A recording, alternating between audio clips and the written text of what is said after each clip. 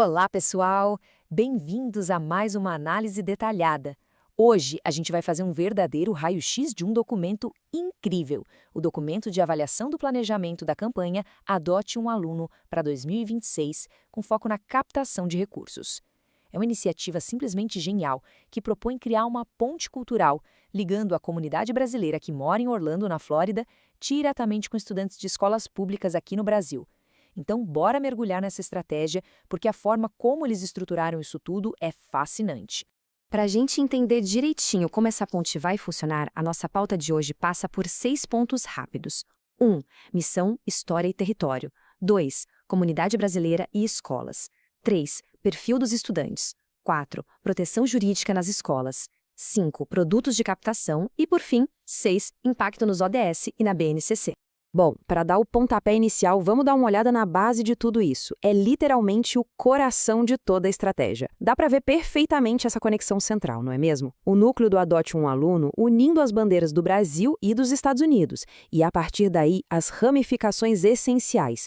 Onde atuar, com quais escolas, as garantias de proteção e o impacto real. É como um imenso quebra-cabeça onde cada peça tem um propósito exato. Chegando na nossa seção 1, Missão, História e Território.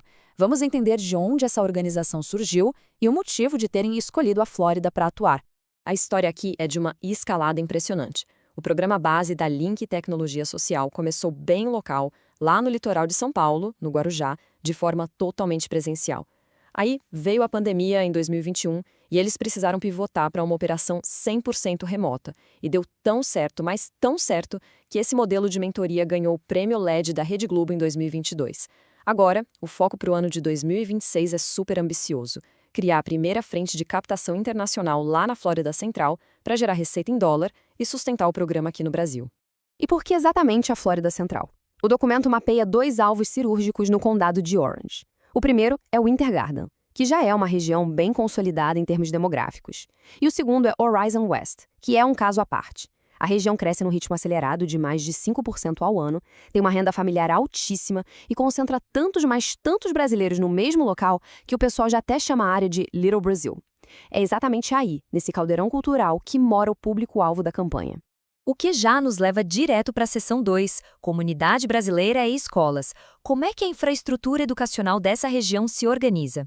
Acontece que a comunidade brasileira de lá não é de jeito nenhum um bloco único.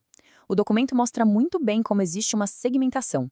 De um lado, a gente tem o segmento de negócios, executivos, investidores, famílias de alta renda com a vida totalmente estabelecida. Do outro lado, temos o segmento de apoio, aquela galera que faz a roda girar. Os trabalhadores essenciais da construção, alimentação, que geralmente formam a base enorme de voluntários e microdoadores. E, gente, entender essa divisão de renda e de perfil é a chave de ouro para não errar na hora de pedir qualquer tipo de apoio. E dentro de toda essa estrutura, o sistema de escolas públicas do condado de Orange tem um papel vital. 2 escolas brilham nessa estratégia de captação. A Childenville Elementary, que tem um programa de imersão bilíngue em português super concorrido, e a Horizon High School, onde simplesmente 1/4 dos alunos, estimativas a ponto de 20 a 25% de todo mundo lá, tem origem brasileira. É uma rede de ensino que já respira a cultura do Brasil todos os dias. E falando neles, vamos para a seção 3, Perfil dos estudantes. Afinal, quem são esses alunos de origem brasileira sentados nessas carteiras? Os números aqui trazem uma surpresa gigantesca. A gente tende a achar que são todos imigrantes recém-chegados, certo? Pois é, mas não. Cerca de 60% dessa molecada nasceu nos Estados Unidos. Eles são cidadãos americanos, fluentes em inglês, filhos daquela classe média e alta já estabelecida. Então a dor deles não é por uma necessidade básica, é manter a língua portuguesa viva, a herança da família. Os outros 40%, sim, nasceram no Brasil e chegaram há menos tempo. Isso cria o que o planejamento chama com muita precisão de um desafio duplo. É impressionante, porque na mesma sala de aula a gente tem demandas completamente opostas. Para o aluno americano, filho de brasileiro, o desafio é puramente cultural, é a preservação da identidade. Já para o adolescente que acabou de chegar do Brasil, a urgência é aprender o inglês correndo para conseguir o nivelamento acadêmico e não perder o ano escolar. São 2 realidades muito distintas que o projeto precisa abraçar. Indo em frente para a seção 4, Proteção Jurídica nas Escolas. Precisamos entender como a lei americana garante que esse sistema funcione de forma segura para todos. O documento faz uma análise super imparcial e objetiva dessas leis. Tem uma decisão da Suprema Corte de 1982, a Plyler contra Doe, que é super clara. Toda criança tem direito à educação pública, independentemente do status imigratório. As escolas são até proibidas de exigir qualquer documento de imigração. Além disso, tem a Lei FERPA, que blinda rigorosamente os dados estudantes, e a Lei McKinney-Vento, que garante matrícula imediata até para famílias em situação de vulnerabilidade habitacional. É um verdadeiro escudo protetor institucional. E aí que está a grande sacada estratégica da ONG. Ao conhecer essas leis a fundo, a campanha não chega na comunidade logo pedindo doação.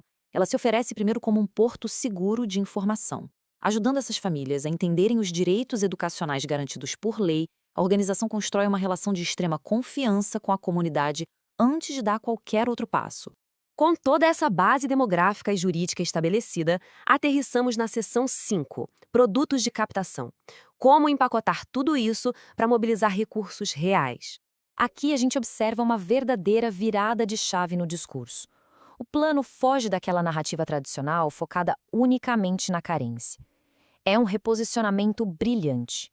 Adotar um aluno no Brasil passa a ser vendido como um investimento ativo numa dupla cidadania cultural.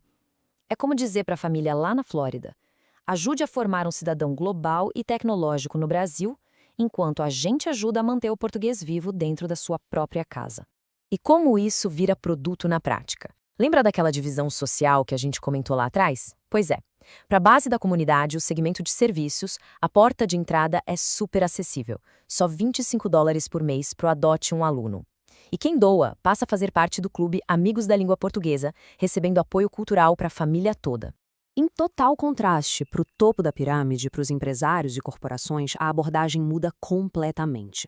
O foco passa para o Adote uma Escola, com cotas anuais entre $1.200 e $2.400. Em troca de valores mais robustos, essas empresas recebem visibilidade de marketing social, relatórios de impacto e até mesmo um selo de Empresa Amiga da Educação, Brasil UEA. Mas nem tudo se resume a passar o cartão de crédito. O planejamento traz alternativas fantásticas de engajamento. Profissionais qualificados na Flórida podem simplesmente doar algumas horinhas por semana para dar mentoria remota para os alunos brasileiros. Também está mapeada a instalação de terminais de doação pelo comércio de Horizon West. E a cereja do bolo, iniciativas de Matching Gift, onde bancos como o BB Americas Bank podem literalmente dobrar o valor de cada doação individual. O impacto financeiro multiplica de forma incrível. E para amarrar este planejamento com chave de ouro, vamos à seção 6, Impacto. Como o documento garante que essa mobilização financeira gere resultados de verdade lá na ponta? A beleza desse projeto é que ele não atira no escuro. Ele se apoia nas metas globais de sustentabilidade da ONU. Toda essa estratégia de mentoria transnacional atende diretamente ao ODS 4, focado em educação de qualidade e no desenvolvimento de competências para o futuro emprego. E ao ODS 10, atuando firme na redução de desigualdades e trazendo inclusão tecnológica para quem mais precisa no Brasil. E aqui, em solo brasileiro, essa metodologia encaixa perfeitamente na BNCC, a nossa Base Nacional Comum Curricular. O aluno de escola pública não ganha apenas suporte financeiro. Ele trabalha com projetos reais que desenvolvem cultura digital, pensamento crítico e ampliam absurdamente o repertório cultural ao interagir com mentores no exterior. É um avanço acadêmico mensurável e focado em cidadania global. O que nos deixa com essa reflexão final poderosíssima. A genialidade de todo esse planejamento está justamente em conectar mundos aparentemente distantes de uma forma tão orgânica. Como o esforço maravilhoso de manter as raízes culturais de uma criança em Horizon West pode, ao mesmo tempo, ser a chave para destravar um futuro tecnológico para um estudante de escola pública aqui no Brasil. Essa ponte cultural mostra o verdadeiro poder que existe quando a gente une dados e filantropia transnacional. É sem dúvida uma iniciativa fantástica de se acompanhar. Muito obrigado a todo mundo que acompanhou essa explicação.